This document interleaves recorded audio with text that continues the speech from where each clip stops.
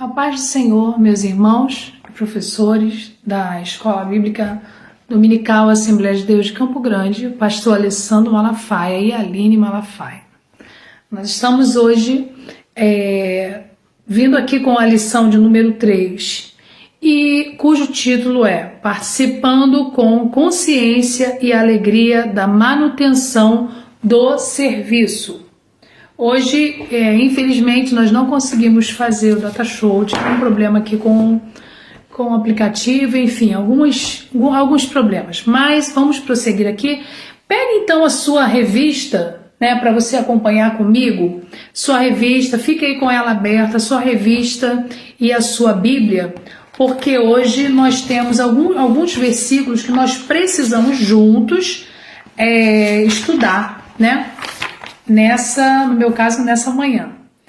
E o primeiro texto que nós vamos ver aqui está em Êxodo 35, 21, de onde o autor da revista, ele tira o texto áureo e diz assim: E veio todo homem a quem o Senhor moveu, e todo aquele cujo espírito voluntariamente o estimulou, e trouxeram a oferta alçada ao Senhor para a obra da tenda da congregação. Aí você já vai tirar aí, anota aí no seu caderninho a primeira palavra-chave, que é oferta, tá bom? Essas lições sobre mordomia cristã, elas têm algo assim interessante, que na lição de domingo passado eu fui perguntar à turma o que eles sabiam que era mordomia, porque eu acho que ainda não tinha ficado claro na primeira lição. Como foi ceia, os alunos não viram, quer dizer, não tiveram como tirar dúvidas ao vivo. E aí eu fui pesquisar e encontrei um livro aqui maravilhoso aqui em casa. Eu recomendo aos senhores professores que, se puderem adquirir, procurar, eu não sei há quanto tempo eles têm esse livro aqui, mas é do Bispo Abner, Bispo Abner e Pastor Marcos Santana da Silva, da editora Betel. Então eu vou mostrar aqui, e o título é Que Pregues a Palavra. Olha esse livro aí na sua câmera, tá? Que Pregues a Palavra. Dei uma olhadinha na internet, provavelmente na Betel vende esse livro, provavelmente não parece tão antigo, Não, é antigo sim. É antigo, porque aqui os pastores aparecem aqui já mais novos. E o que acontece? Nesse livro aqui, você tem um ótimo trecho dele falando sobre a mordomia. Então aqui tem mordomia cristã, e ele vai dividindo sobre a mordomia do templo, como por exemplo, tem a mordomia da igreja, que é o nosso caso.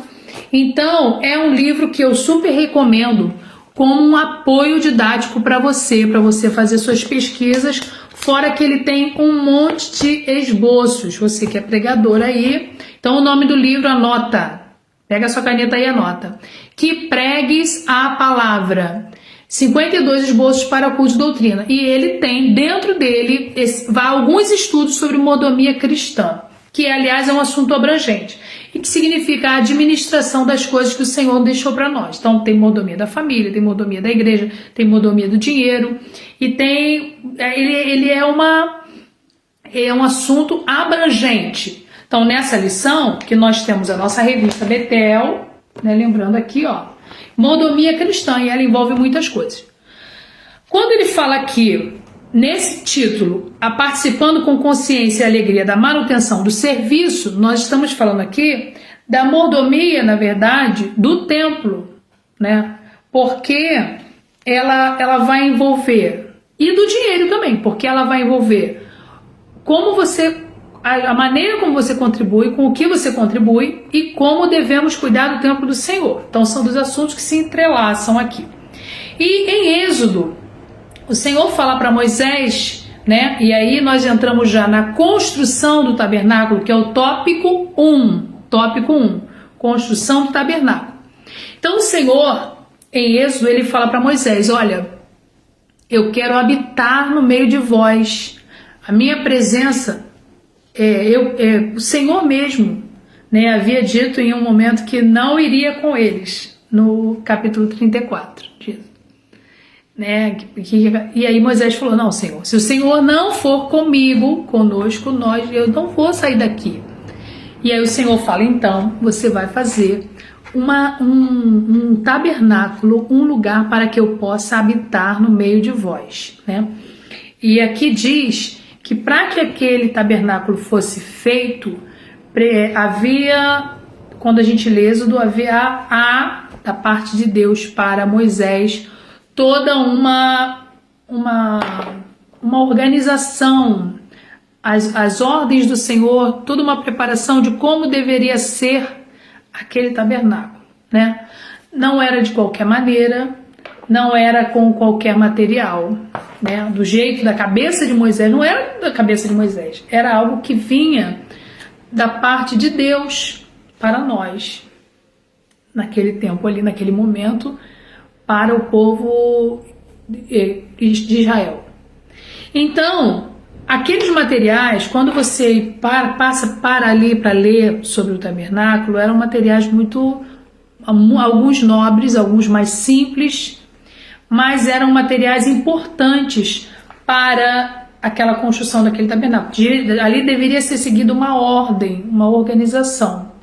Então a gente já tem aí uma grande lição no tópico 1, que diz que ensina-nos a uma aplicação que você pode fazer com a sua turma, né? Com a sua classe, com a sua igreja, que as coisas de Deus não são, primeiro, não são do nosso jeito, e segundo, não são de qualquer maneira, não são de qualquer forma. Eu vou fazer assim porque eu gosto assim, né? Porque a igreja é minha, a classe é minha, então eu vou fazer do meu jeito. Não.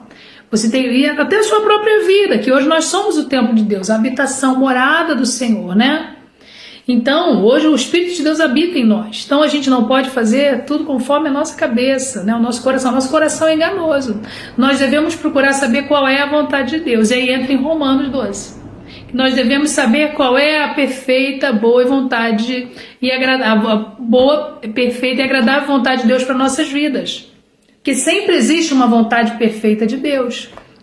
Então aqui Deus tinha algo ideal, ele tinha o ideal de Deus. E Moisés, como um homem muito fiel a Deus e temente a Deus, amigo de Deus, ele queria cumprir esse ideal de Deus. E aí o que ele faz? Ele chama o povo, que é o que está aqui no texto áureo, e ele fala antes, né, no Êxodo 35, ele fala assim: olha, tragam para a casa do Senhor, tragam para mim, tragam aqui, para nós construirmos uma casa para o Senhor, uma morada para Deus, um tabernáculo,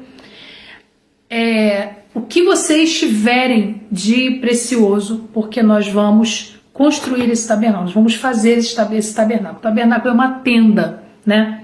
Uma grande tenda. E não era ainda o templo de Deus, porque o tabernáculo é como se fosse um templo móvel, que eles podiam armar conforme a viagem, né? Conforme a sua jornada no deserto, a sua peregrinação, eles armavam e desarmavam. Então tinham todas as ordenanças e tal. Nós não vamos entrar nesses detalhes na aula, porque não há tempo hábito para falar só sobre o tabernáculo. Nós temos que ainda falar sobre o templo e sobre as ofertas. E o que o autor quer enfatizar é que eles contribuíram voluntariamente. O que é voluntariamente? É dar de coração. É falar: olha, quem quer dar? Eu quero, né? Eles não foram obrigados a dar. Então aqui diz assim: e veio todo homem a quem o seu coração moveu. Então olha, corações movidos para Deus. Que coisa linda. E todo aquele cujo espírito voluntariamente o estimulou e trouxeram a oferta alçada ao Senhor para a obra da tenda da congregação e para todo o serviço e para os vestidos santos. Então envolvia a tenda mais as vestimentas dos levitas, dos sacerdotes, né? Então tudo ali foi feito com ofertas alçadas. Verdade aplicada. Como povo de Deus, somos convocados a participar da manutenção dos locais de culto com nossas contribuições financeiras e nosso trabalho. É lógico que se nós temos uma igreja, nós fazemos, às vezes nem sempre dentro da igreja, uma cruzada, um espaço para fazer a obra de Deus, para pregar o evangelho, nós precisamos, a igreja mesmo precisa construir e fazer aquele local. O governo não vai ajudar, não vai se envolver nisso, né? Isso é uma obra da igreja, que o povo de Deus, nós mesmos que estamos naquele lugar, que frequentamos aquela igreja, precisamos mantê-la com as nossas doações.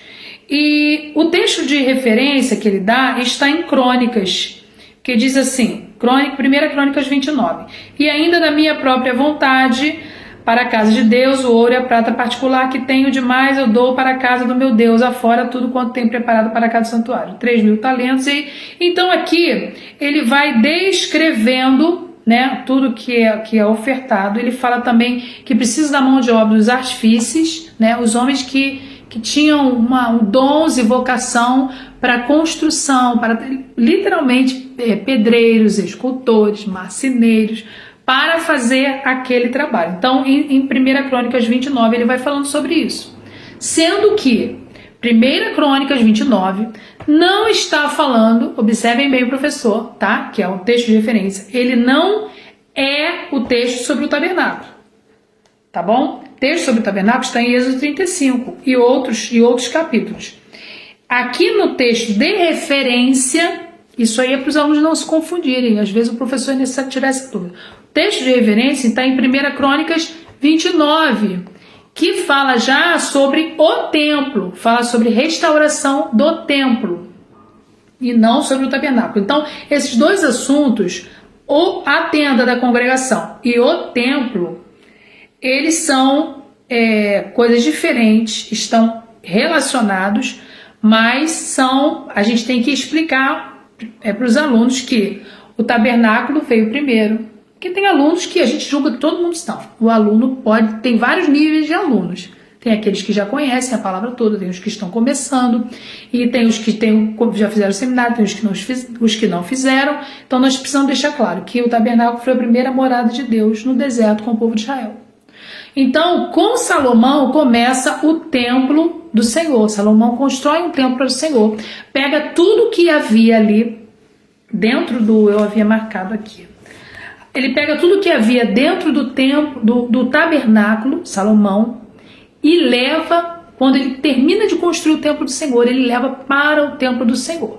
Só que o templo do Senhor, ele vai, que é uma obra maravilhosa, linda, né, também com contribuições voluntárias, que Salomão constrói bem depois, ele também sofre um desgaste com o tempo. E aí, a revista, ela vai trazer para nós quem foram os homens que fizeram a manutenção do templo do Senhor, as reformas. Então ele fala, a revista ela fala do tabernáculo, ela fala do templo do Senhor, erguido por Salomão. Não foi Davi sonhou, pensou no templo, mas quem fez foi Salomão. E ela fala também das reformas desse templo. Então vamos lá no tópico 1. A construção do tabernáculo sempre foi o propósito de Deus relacionar o seu povo. No livro de Êxodo vemos que o Senhor ordenou que fosse feito o tabernáculo, dizendo: habitarei no meio deles. Então o propósito de Deus, seja no tabernáculo, seja no templo, é habitar no meio do povo de Deus. E hoje? Como funciona hoje? O Senhor está na sua igreja, o Senhor habita na sua igreja, onde há a presença de Deus, né? O Senhor, a Bíblia fala que o Senhor habita em meio aos louvores. Então, quando nós estamos ali na casa do Senhor, o Senhor também habita ali. Mas nós temos um outro templo. E aí, pensa bem comigo. Qual é o outro templo? É a sua vida. É o seu corpo. O Senhor habita em você. O Espírito Santo agora habita em você. Por quê? Porque o Senhor deixou o Espírito Santo para habitar em nós, por causa da graça de Deus. Então, as coisas mudaram um pouco, porque antes nós só tínhamos acesso, o povo de Deus, né, o povo escolhido por Deus, começando lá, né, com os judeus, eles só tinham acesso a Deus através dos sacrifícios. Eles só tinham acesso a Deus por meio dos sacerdotes. Era necessário fazer um sacrifício, era necessário chegar até a tenda da congregação, a porta da tenda, eles não podiam passar dali, só os levitas, só o sacerdote podia entrar lá dentro, o sumo sacerdote. Só que hoje, como nós temos esse acesso direto a Deus? Através de Jesus Cristo. Porque o sangue de Jesus Cristo, que é o sacrifício perfeito, que é a nossa Páscoa, porque é o sacrifício, né, derramado. É o Cordeiro de Deus que tira o pecado do mundo. Jesus Cristo, ele já se entregou por nós. E ele também cumpriu as três funções: profeta, sacerdote e rei. Então ele, como sacerdote, ele levou a oferta e ele mesmo é a oferta. Então ele se entregou por nós e hoje nós temos acesso direto a Deus. Então nós não necessitamos mais de fazer os sacrifícios de Yom, por isso não existe mais tabernáculo. E o templo do Senhor não o conhecemos como hoje, né? Localização do templo de Deus hoje e a geografia, no caso, é um assunto bem controverso, que precisaria de uma aula inteira para falar sobre isso. Mas a arca também não foi mais encontrada, né, com tantas guerras que Israel passou. Mas hoje você tem o principal, que é a presença de Deus, porque o objetivo de Deus com tudo isso é estar, como dizem Êxodo 25:8, e habitarei no meio deles. Hoje o Senhor habita em nosso meio e habita em nossa vida através da graça de Deus, né? Através da sua misericórdia, pela sua graça, ele está conosco. Então você pode acessar, você pode orar a ele, você pode buscá-lo, você pode entrar na igreja, adorá-lo, levantar as suas mãos e render louvores, porque ele está em nosso meio. E onde você estiver, você pode estar, né, no mais profundo, né? Mas o Senhor te encontra no mais profundo mar, como disse Davi, se você estiver no lugar mais longe da terra, ali você clama pela presença de Deus e ela vai te encontrar. Vamos lá, tópico 1.1, onde a glória de Deus se manifestava. Então ali era o lugar onde eles vinha a nuvem, o Senhor habitava na nuvem, depois veio a tenda. E aí, quando a presença de Deus se manifestava, como eles viam e como a Bíblia narra, que aquele lugar, ele se enchia da glória de Deus. E o que é narrado com a glória de Deus ali, é como se fosse uma nuvem que entrasse dentro, uma fumaça que entrava. Em 2 Coríntios, lá no início, tem um texto que fala sobre isso. Bem no início de 2 Crônicas, perdão, irmãos, no início de 2 Crônicas, quando fala que assim que Salomão fez o templo, ele experimentou, a glória de Deus encheu aquele lugar. Está lá em 1 Coríntios, 1 Crônicas. 1 Crônicas, olha aí a sua Bíblia. Não é 1 Crônicas, perdão. Eu vou pegar aqui, irmãos, e vou falar para vocês. Não é sobre a reforma de Joás. Nós estamos aqui justamente para sanar dúvida, para que não haja... perdão, irmãos. Não é 1 Crônicas 1, e sim 1 Crônicas 5. Vamos ler rapidinho, que a Bíblia é importante aí na nossa aula, para nós passarmos para os nossos alunos. Olha, no 2 Crônicas 5, terminada toda a obra que Salomão havia realizado para o templo do Senhor, ele trouxe as coisas que seu pai Davi tinha consagrado e colocou junto com os tesouros do templo de Deus, a prata, ouro e os utensílios. Aí aqui fala do transporte da arca, eu estou prosseguindo aqui no versículo. E aí em 2 Crônicas 5, 4 diz assim, quando todas as autoridades de Israel, aqui está falando do templo, inauguração do templo de Israel chegaram, os levitas pegaram a arca e a levaram com a tenda do encontro e com todos os utensílios. Então estou falando aqui lá do tabernáculo, tá? Foram os sacerdotes levitas e levaram tudo. O rei Salomão e toda a comunidade de Israel que se havia reunido a ele diante da arca sacrificaram tantas ovelhas e bois que nem era possível contar. Então, olha só, a oferta foi muito grande. Os sacerdotes levaram a arca da aliança, eu estou aqui no versículo 7, Preste atenção. 2 Crônicas 5, agora versículo 7. Abre sua Bíblia aí, professor. E diz assim: os sacerdotes levaram a arca da aliança do Senhor para o seu lugar no santuário interno do templo, no lugar santíssimo, e a colocaram debaixo das asas dos querubins. E aqui ele vai narrando como foi isso. Mas tem um trecho aqui que diz que achei, olha aqui, irmãos, está aqui no mesmo capítulo de 2 Crônicas 5. Então diz assim, no versículo 13, os que tocavam cornetas e cantores em uníssono louvaram e agradeceram ao Senhor, ao som de cornetas, símbolos e outros instrumentos. Levaram suas vozes em louvor ao Senhor e cantaram: Ele é bom, o seu amor dura para sempre. Então, uma nuvem encheu o templo do Senhor, de forma que os sacerdotes não podiam desempenhar o seu serviço, pois a glória do Senhor encheu o templo.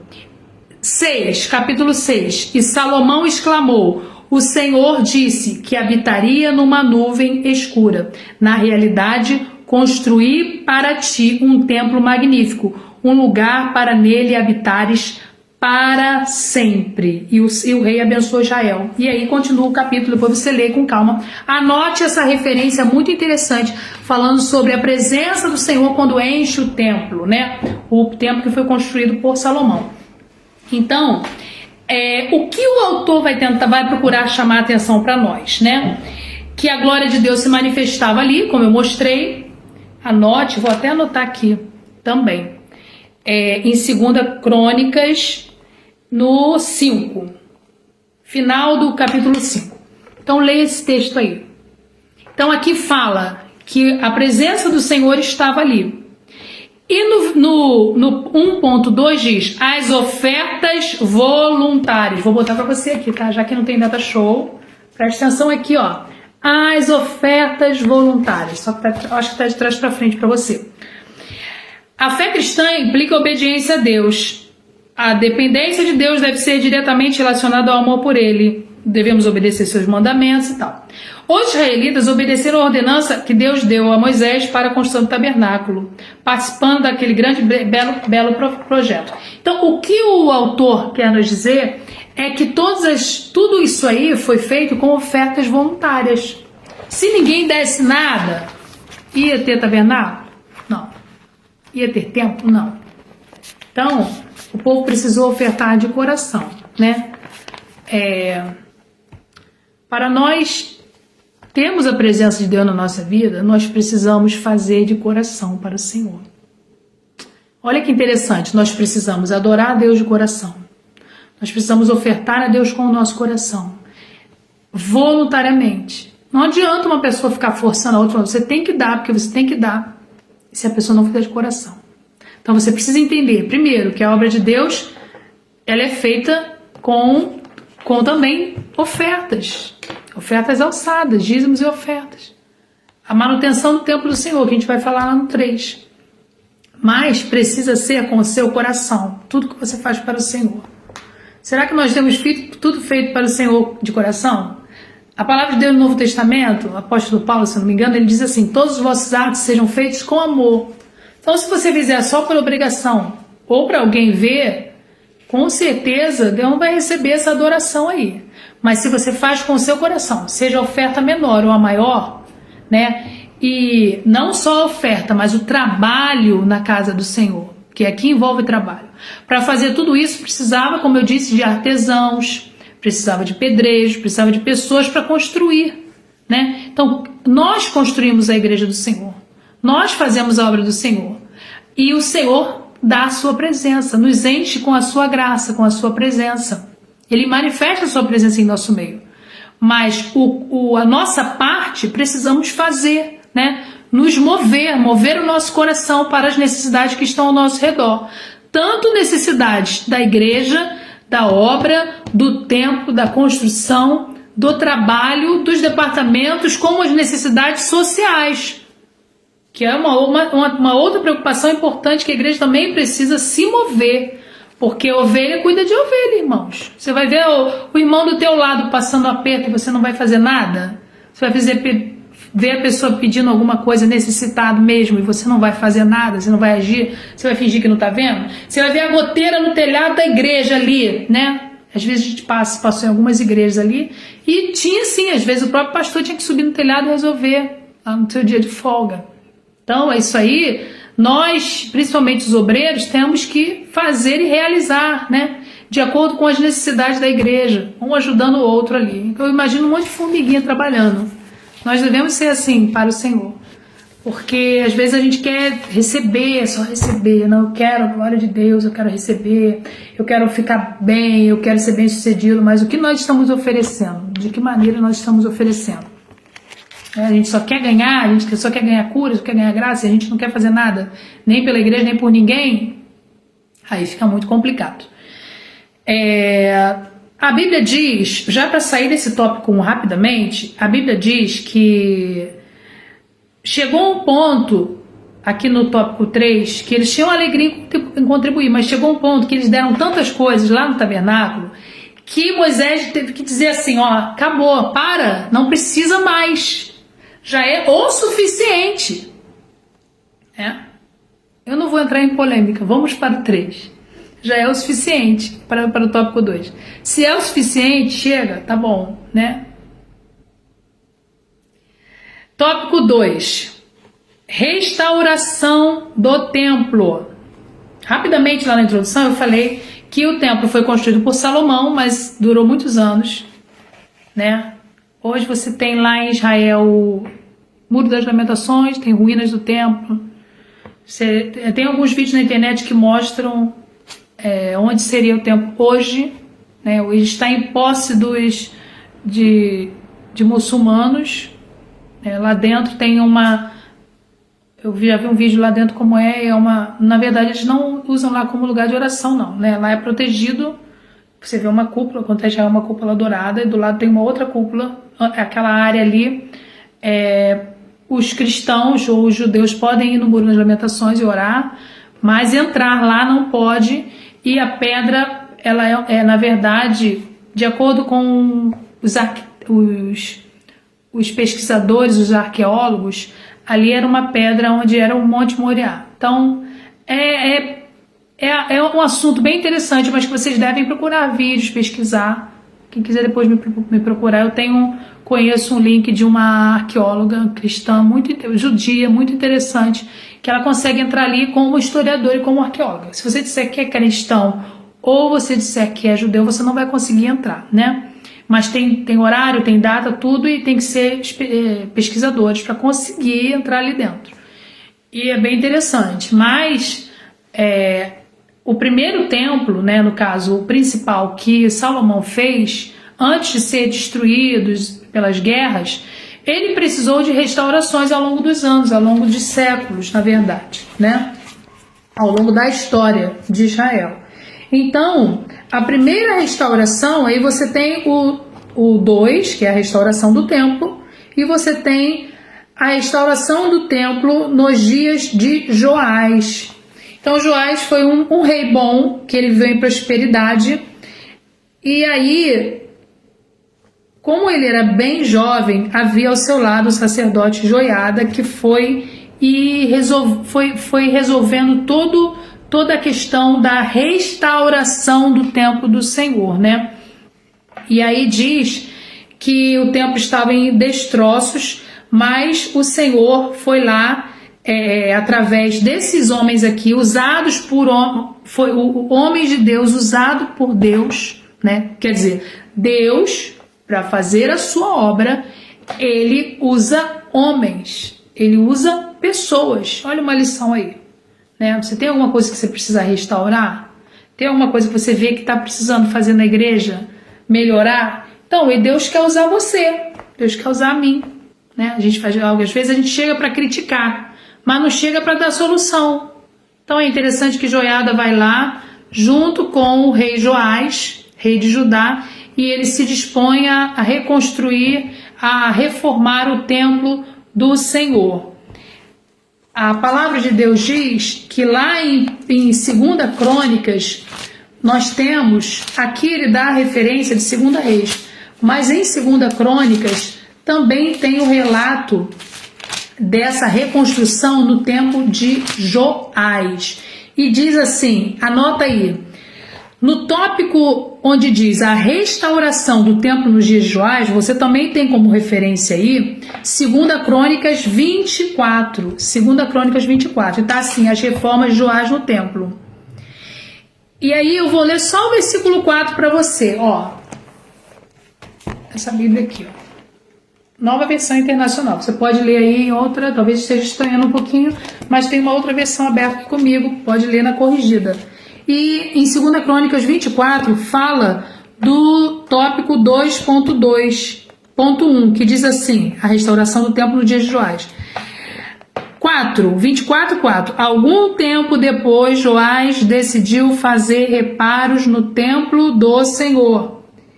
E ele reuniu os sacerdócios levitas e lhes disse: vão às cidades de Judá e recolhem o imposto devido anualmente por todo Israel para fazer reparos no templo do Senhor. A Bíblia também diz que ele não só fez isso, mas ele também destruiu os locais de adoração de Baal. Então havia, por causa dos reis anteriores que passaram por Israel, alguns reis, você pode ler em 2 Crônicas todinho que você vai ver a história deles, e no livro de Reis também, 1º e 2 Reis, que tem alguns reis, eles adoravam a Deus, eles faziam a vontade de Deus, e outros reis não faziam a vontade de Deus. Outros reis que passaram por Israel, eles permitiam a idolatria, eles davam lugar ao pecado, e aí a presença de Deus se afastava dele. Quando vinha um rei, quando Deus levantava um rei, assim como Joás, que amava a Deus e que queria a reconstrução do templo de Deus, que cuidava das coisas de Deus, o que acontecia com Israel? Automaticamente prosperava e era abençoado. Então fica uma lição para nós. Quando o homem se afasta de Deus, ele se perde. Vem a guerra, vem a peste, vem problemas de assolação no país, problemas políticos, quando o povo se afasta de Deus.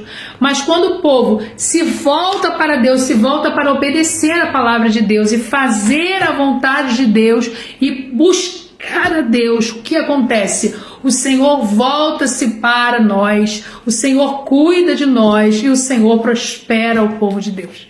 E isso é algo que em toda a história dos reis você vê, que quando tinha um rei perverso, um rei idólatra, o Senhor se afastava de Israel. Aí vinha um rei que buscava Deus, que buscava restaurar as coisas de Deus, a casa de Deus, aí o Senhor se voltava. Então o segredo está em buscar Deus, em fazer a vontade de Deus e se afastar de tudo que é mundano, tudo que leva à idolatria. A idolatria não anda junto com Deus, com a adoração a Deus. Não é possível. A idolatria para Deus é como um pecado de feitiçaria. A idolatria para Deus é como um homem que larga a sua esposa e larga a sua família e vai e se perde como um adultério. A Bíblia também diz que é como um pecado de adultério. É pior que um pecado de adultério a idolatria. É terrível, é uma traição ao Senhor. Então, em nosso meio não pode ter idolatria, não há lugar para adoração a Deus e idolatria ao mesmo tempo, não tem como, não tem como. E aí tem várias lições que a gente pode tirar disso. 2.2, tópico 2.2, a restauração do templo nos dias do rei Ezequias. Ezequias é um outro rei que o Senhor levanta para restaurar, porque o que acontece? Joás morre, algum tempo depois, vem outros reis, e destroem tudo de novo que o outro havia feito. Tudo de bom que ele havia feito. Mas aí Deus vem e levanta Ezequias. E lá em 2 Crônicas 29:3 vai falar de Ezequias. E diz que Ezequias, em 2 Crônicas 2:2, diz que fez o que o Senhor aprova. Ezequias fez o que o Senhor aprova. Não é 2:2 não, tá errado aqui. Diz que 2 Crônicas 29:2 diz: ele fez o que o Senhor aprova. Então ele ele se consagrou a Deus, ele fez o povo se consagrar a Deus, o rei Ezequias, e ele retirou a impureza do santuário. O Senhor não habita junto com a impureza. Então foi necessário limpar, tirar tudo que não prestava ali, que tinham colocado ali, né? E limpar para consagrar de novo o templo ao Senhor. Para a nossa vida poder estar consagrada a Deus, nós precisamos tirar de nós, que agora nós somos o templo do Senhor, tudo que não agrada a Deus. Nós precisamos tirar da igreja aquilo que não agrada a Deus. Não agrada a Deus. Nós precisamos tirar dos nossos costumes aquilo que não agrada a Deus, porque o Senhor não pode fazer morada onde há impureza, onde há impiedade. Então, para haver consagração, é necessário primeiro a consagração. Primeiro, ela precisa passar pela purificação. Você quer se consagrar a Deus? Se purifique. Tira da sua vida o que é ruim. Tira da sua vida o que não presta. Tira da tua vida o vício. Tira da tua vida aquilo que está afastando a presença de Deus. E aí você vai experimentar de novo a presença de Deus na sua vida. E se consagre a Deus. E busque a Deus. Aqui diz no capítulo 31:1 de 2 Crônicas que a purificação do templo também se espalhou pela cidade. Depois você olha esse versículo, lê esse capítulo todo, em nome de Jesus. Então, no 31, verso 1, diz que ela também se espalhou pelas cidades. É interessante. Deixa eu abrir isso aqui, irmão, só um minuto. É interessante ver que o Senhor não quer que só a nossa casa sirva a Ele, que só a nossa igreja sirva a Ele, mas que a presença de Deus se espalhe por todo o lugar, por todos os lugares. Na verdade, aqui, quando está falando de derrubar um poste sagrado, nesse 31:1, está falando sobre Josias. Não está falando sobre Ezequias. E aqui diz, não, está falando sobre Ezequias sim. Então aqui nesse versículo diz que depois de destruírem tudo, voltaram para as suas cidades, cada um para a sua propriedade. Quando a festa acabou, os israelitas saíram pela cidade de Judá e despedaçaram as pedras sagradas e os postes sagrados. Eles destruíram os altares idólatras em todo Judá e Benjamim. Então é esse versículo que eu estou falando, que aquela purificação do templo não se deu só ali, ela se espalhou, né? Então você vê que às vezes a gente entra na igreja no domingo, aí canta, ora, adora o Senhor, mas quando volta para casa, às vezes eu falo muito com meus alunos da segunda-feira, quem a gente é na segunda-feira? É difícil, isso é um assunto delicado. Não adianta você adorar a Deus, se purificar só no domingo, não. Tem que prosseguir em servir e agradar e se consagrar a Deus. É mais difícil, irmãos. Né? Quando vem as dificuldades, as pedradas, o corre-corre do dia a dia, você lembrar que você anda com a presença do Senhor, anda com você diante das dificuldades. Então traga a presença para você. Não fique só no domingo e espalhe por onde você passar. Aqui nós temos no tópico 2:3, a restauração do templo no dia de Josias. Josias é um outro exemplo daquele que resolve restaurar o templo do Senhor depois de outras destruições, de outros problemas, de outros altares de idolatria. E aqui diz que o rei determinou que os israelitas buscassem ao Senhor de todo o coração. E aqui diz também, a Bíblia relata que nunca houve um rei como Josias, que se voltou para o Senhor de todo o seu coração. E diz também que com Ezequias e também com os outros reis, a Bíblia mostra isso, que eles também contribuíram com a obra. Eles também ofertaram com a obra. E diz que eles foram muito abençoados e prósperos. Abençoados e prósperos. No tópico 2 eu aprendi que Josias ordenou que todo o dinheiro arrecadado fosse usado para reparar a casa do Senhor. Então foi tudo para a obra de Deus, para a casa do Senhor. Nós não temos tempo para falar mais disso, mas fica aí essa lição interessante.